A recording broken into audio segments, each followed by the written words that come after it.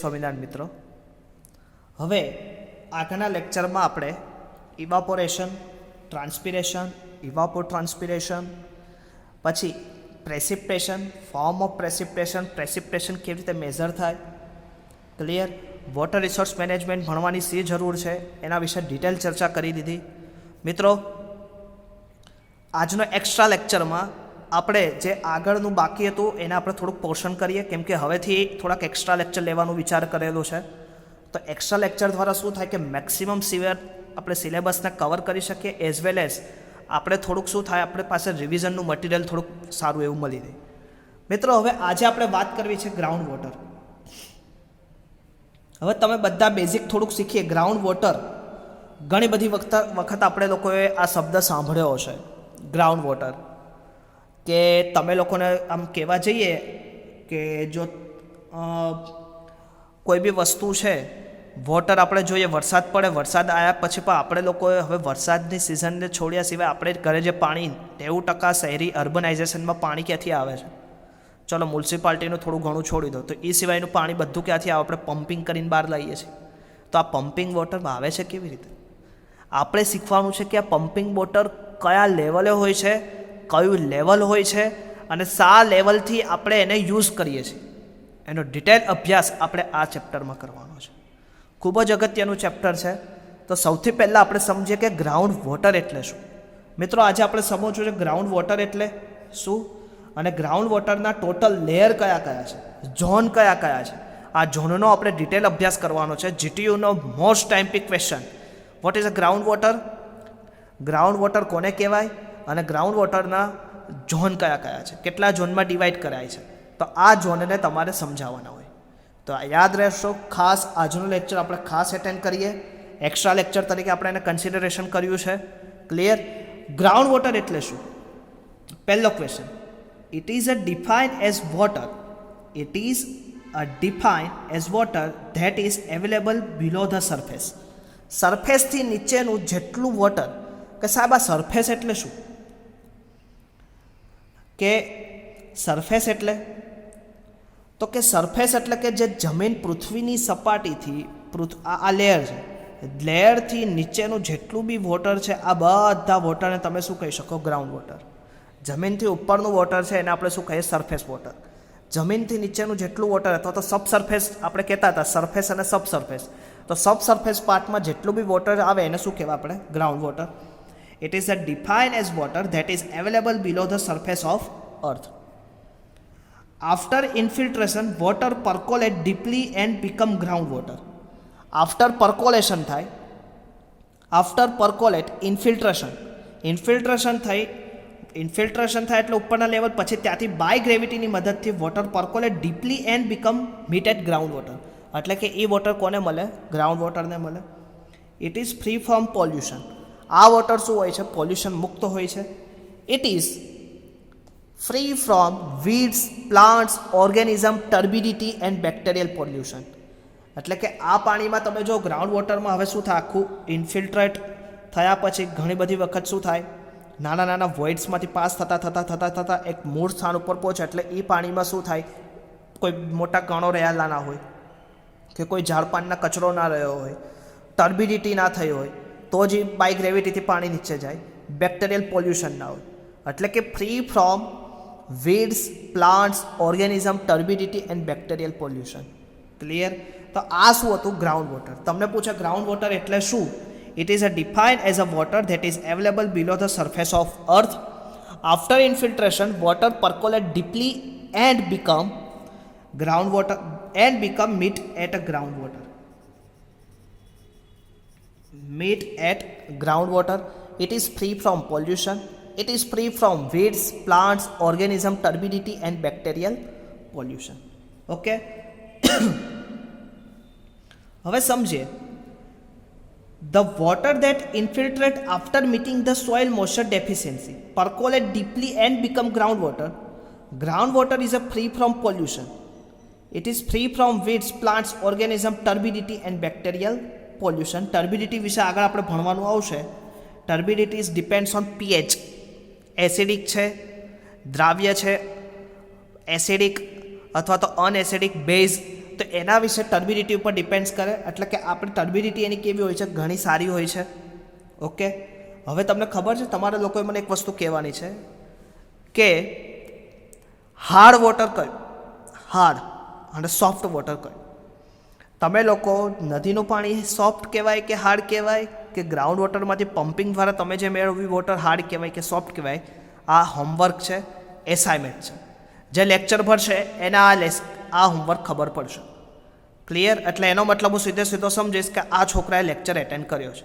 Otherwise જેને નથી કર્યો, એટલે આ વસ્તુ સાંભળીને તમારે મને પર્સનલમાં કહેવાની છે, કોઈ ફ્રેન્ડને કહેતા નહીં. ક્લિયર? જો આ સાંભળ્યું હશે એ જ મિત્રને મને ખબર પડશે કે આ મિત્ર મારો લેક્ચર એટેન્ડ કરે છે, એની ઉપર પર્સનલી ધ્યાન આપીશ. અધરવાઇઝ મને ખબર પડી જશે કે તમે લોકો ખાલી કમેન્ટ્સ પૂરતા જ લેક્ચર એટેન્ડ કરો છો. ક્લિયર? હવે ડિસ્ટ્રીબ્યુશન ઓફ સરફેસ વોટર વિશે વાત કરીએ કે ડિસ્ટ્રીબ્યુશન કેવી રીતે થાય. તો આપણે હવે નેક્સ્ટ ટોપિક તમારો આવશે ડિસ્ટ્રીબ્યુશન ઓફ સરફેસ વોટર. હવે આ લેન્ડ સરફેસ હતી, લેન્ડ સરફેસમાંથી વોટર તમારું soil water belt of soil વોટરમાં ગયું, ગ્રાઉન્ડ લેવલથી નીચેના પાર્ટમાં.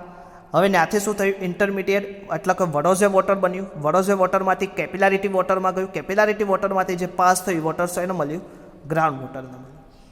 હવે મિત્રો અહીંયા તમારે બે ઝોનમાં ડિવાઈડ કરવાનું છે. ક્લિયર? તો કે કેપિલારી વોટરની ઉપરનો જે પોર્શન એટલે કે સોઇલ વોટર, ઇન્ટરમીડિયેટ વોટર અને ફ્લિંજ વોટર, આ પોર્શનને તમે કહો છો ઝોન ઓફ એરેશન. શું કહેવાય? Zone of aeration. અને ફ્રિંજ વોટરથી નીચેનો જે portion up to ground water phreatic line સુધીનો જે પોર્શન છે એને આપણે કહીએ છીએ ઝોન ઓફ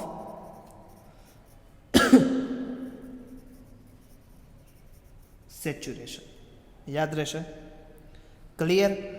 હવે ઝોન ઓફ સેચ્યુરેશનથી નીચે તમારું આવશે ઝોન ઓફ રોક ફ્લોવેજ. એ તમારી બુકમાં નથી, તમે લખી શકો કે ઝોન ઓફ સેચ્યુરેશનની નીચે તમારો આવશે ઝોન ઓફ રોક ફ્લોવેજ. એટલે ટોટલ ઝોન આપણે કયા કયા થયા મિત્રો? પહેલું ઝોન તમારું કયું? Zone of aeration.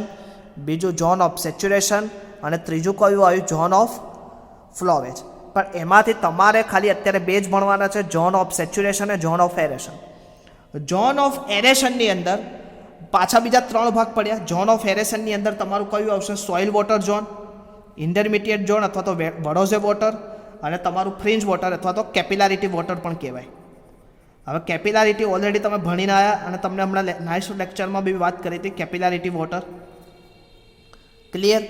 આ પાર્ટને કહેવાય સસ્પેન્ડેડ વોટર પણ કહી શકો. ઓકે, હવે એની નીચેનો ભાગ આવે તમારો વોટર ટેબલ, એટલે કે આમાં જે પાણી આવે તમારું પેરેટિક લાઇન, પેરેટિક વોટર કહેવાય અથવા તો ground water. It is that of zone of saturation. તો યાદ રહેશે, ઝોન ઓફ એરેશનની અંદર soil water, intermediate vadose water અને ફ્રિંજ અથવા તો કેપિલારિટી વોટર આવ્યું. અને ઝોન ઓફ સેચ્યુરેશનની અંદર તમારું શું આવ્યું? ગ્રાઉન્ડ વોટર અને પેરેટિક વોટર. હવે આ બંને ઝોનને ભેગા કરો તો તમારું શું થાય? Zone of rock fracture. શું કહેવાય? આને કહેવાય ઝોન ઓફ રોક ફ્રેક્ચર. આ પોઈન્ટથી લઈને બિલો જે પેરેટિક લાઇન સુધીનો પોઈન્ટ એને કહેવાય ઝોન ઓફ રોક ફ્રેક્ચર. તમને નોટ્સ આપેલી અહીંયા મેં લખેલું ઝોન ઓફ રોક ફ્રેક્ચર કહેવાય. ક્લિયર? અને આને કહેવાય ઇન્ટરસ્ટેટિકલ વોટર. આ શું કહેવાય? ઇન્ટરસ્ટેટિકલ વોટર. બે પ્રકારના, એટલે કે એમાંથી આને કહેવાય ઇન્ટરસ્ટેટિકલ વોટર. યાદ રહેશે? ક્લિયર? ડિસ્ટ્રીબ્યુશન ઓફ સબસર્ફેસ વોટરને તમે ટોટલ ઝોન કેટલા આવે? 3 ઝોન. તમારી રીતે ચાર્ટ બનાવજો. Zone of aeration, zone of saturation અને zone of flowage. Zone of એરેશનની અંદર બીજા 3 zone soil water, intermediate vadose water and capillarity water અથવા તો ફ્રિંજ વોટર. અને ઝોન ઓફ સેચ્યુરેશનની અંદર તમારું શું આવશે? વોટર ટેબલ, ગ્રાઉન્ડ વોટર આવશે તમારું. ક્લિયર? અથવા તો બેઝ વોટર આવડશે. તો આ શું હતું? Total distribution of subsurface water અને એના અલગ અલગ ઝોન. Total 3 zone. ખાસ આ 3 ઝોનના નામ આવડવા જોઈએ. Zone of aeration, zone of saturation and zone of flowage. યાદ રહેશે? ઓકે, તો હવે આપણે એને ડીપલી એક ચાર્ટ મેં બનાવેલો છે, ચાર્ટ દ્વારા આપણે સમજીએ. Okay, subsurface ground water can be classified. Subsurface ground water એટલે કે સરફેસની નીચેનું બધું જ વોટર સબસર્ફેસમાં આવે. મેં હમણાં જ તમને ગ્રાઉન્ડ વોટરની ડેફિનેશન ખાસ યાદ રાખજો. જ્યારે બી આપણે પૂછીએ છીએ ત્યારે ગ્રાઉન્ડ વોટરની ડેફિનેશન એવું જ કહે કે વોટર ટેબલથી નીચેનો પાર્ટ એને ગ્રાઉન્ડ વોટર. ખોટી ડેફિનેશન. કે સરફેસથી નીચેનું જેટલું વોટર એ પછી ઇન્ફિલ્ટ્રેટ થયેલું વોટર હોય કે પર્કોલેટ થયેલું વોટર હોય કે પછી ફિલ્ડ કેપેસિટીનું વોટર હોય, એ કોઈ બી વોટર હોય, ક્લિયર, એ વોટર કયું આવશે? તમારું ground water. The subsurface ground water can be classified portion of unsaturated zone and portion of water in saturated zone. Portion of unsaturated zone એટલે કે એને કહેવાય aeration zone, and portion of water in saturated zone એને કહેવાય ground water zone. Portion of unsaturated ઝોનને 3 ભાગમાં divide કરે. Zone 1 soil water, zone 2 intermediate water અથવા તો ગ્રેવિટેશનલ વોટર અથવા એને કહેવાય વડોઝે વોટર, કીધું છે ને, zone of vadose water, and zone 3 તમારું fringe of capillarity water. Clear? તો આ શું હતું? પાર્ટેશન મેં હમણાં જ વાત કરી. પોર્શન ઓફ અનસેચ્યુરેટેડ ઝોનને aeration zone, zone of soil water, intermediate water and fringe water, and last portion of water in saturated, એમાં તમારું કયું આવશે? Ground water. યાદ રહેશે? હવે મિત્રો એક એકને આપણે સમજવા છે. સોઇલ વોટર કોને કહેવાય, ઇન્ટરમીડિયેટ વોટર કોને કહેવાય, ફ્રિન્જ વોટર કોને કહેવાય અને ગ્રાઉન્ડ વોટર કોને કહેવાય. ક્લિયર? તો આપણે સમજીએ સૌથી પહેલાં સોઇલ વોટર. સોઇલ વોટર કોને કહેવાય? It is between ground level and root zone depth of plant. એટલે કે હમણાં આપણે ફિગર જોઈ, તો ફિગર ઉપરથી તમે સમજવાનો પ્રયત્ન કરો તો કે હમણાં જ 2 મિનિટ આપણે જોઈએ આ ફિગરમાં શું છે. સોઇલ વોટર કોને કહેવાય? ગ્રાઉન્ડ લેવલથી તમારું ઇન્ટરમીડિયેટ ઝોનના ટોપ સરફેસ વચ્ચેનું જે વર્ટિકલ ડિસ્ટન્સ આવે એને શું કહેવાય? Soil water. તો ફરીથી અહીંયા આપણે જોઈએ સોઇલ વોટર એટલે it is between ground level and roof zone of depth of plant. There may be loss of water from this zone by evapotranspiration. આ ઝોનમાંથી જે પાણી ઇવાપોટ્રાન્સપિરેશન દ્વારા શું થશે? લોસ થશે. ઇન્ટરમીડિયેટ ઝોન અથવા તો gravitational water. Just minute. Okay, intermediate zone અથવા તો gravitational water, bottom of soil water to the top of capillarity water. ફરીથી આપણે જોઈએ બોટમ ઓફ કયું? Bottom of soil water and top of bottom and top. તો એની વચ્ચે ફરીથી એક વખત વાંચીએ. The bottom of soil water, આ સોઇલ વોટરનું બોટમ, અને ટોપ ઓફ કેપિલારિટી વોટર, અને ટોપ ઓફ કેપિલારિટી વોટર, આ બંને વચ્ચેનો જે પોર્શન છે એને શું કહેવાય? ઇન્ટરમીડિયેટ અથવા તો વડોઝે વોટર. સોઇલ વોટર અને ફ્રિન્જ વોટર અથવા કેપિલારિટી વોટરની વચ્ચેનો જે પોર્શન છે એને શું કહેવાય? ઇન્ટરમીડિયેટ અથવા તો વડોઝે વોટર કહેવાય. તો મેં એ જ વસ્તુ અહીંયા લખેલી છે કે intermediate zone bottom of soil water to top of capillarity water. આને શું કહેવાય? ગ્રેવિટેશનલ વોટર પણ કહી શકાય. This zone is contain move vadose water અથવા તો પેલિક્યુલર વોટર. યાદ રહેશે. અને ત્રીજું તમારું આવશે capillary zone between top of water table and top of capillarity rise zone.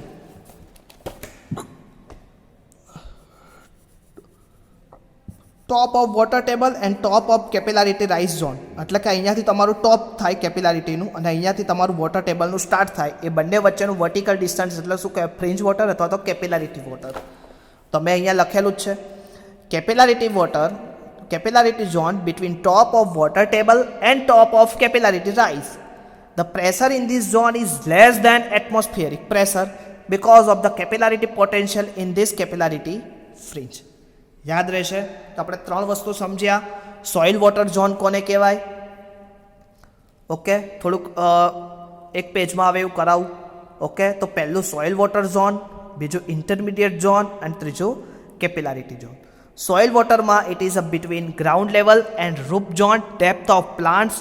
There may be loss of water from this zone by evapotranspiration. Intermediate zone માં આપણે શું ભણ્યા? Bottom of soil water to top of capillarity water. This zone contain moving વડોઝે water અથવા તો pellicular water. Capillarity zone is between the top of water table and top of capillarity rise zone. The pressure in this zone is less than atmospheric pressure because of the capillarity potential in this capillarity fringe. યાદ રહેશે મિત્રો ખાસ. Okay, તો આ શું હતું આપણું આજના દિવસમાં આપણે શું ભણ્યા? તો કે ગ્રાઉન્ડ વોટર કોને કહેવાય એન્ડ ગ્રાઉન્ડ વોટરના સરફેસ કેટલા કોને કહેવાય? અને total zone of aeration, zone of સેચ્યુરેશનની અંદર કોણ કોણ આવે? તો કે soil water, intermediate water, fringe water, એના વિશે આપણે ડીપલી ચર્ચા. નેક્સ્ટ લેક્ચરમાંથી મિત્રો આપણે portion of water in saturated zone વિશે અભ્યાસ કરશું. તો કે એમાં આપણે કયા સેચ્યુરેશન ઝોનમાં કયા વોટર આવે, એનો શું અભ્યાસ, એના અલગ અલગ ટાઈપ વિશે આપણે વાત કરશું. ટાઈપ્સ ઓફ એક્વિફિયર કોને કહેવાય, એક્વિફ્યુઝ કોને કહેવાય, એક્વિટાર્ડ કોને કહેવાય, એક્વિક્લુડ કોને કહેવાય, તો એના વિશે આપણે ડિટેલ ચર્ચા કરશું નેક્સ્ટ ટાઈમ. તો મિત્રો આવતા લેક્ચરમાં ફરીથી મળશું. ત્યાં સુધી મિત્રો જય સ્વામિનારાયણ.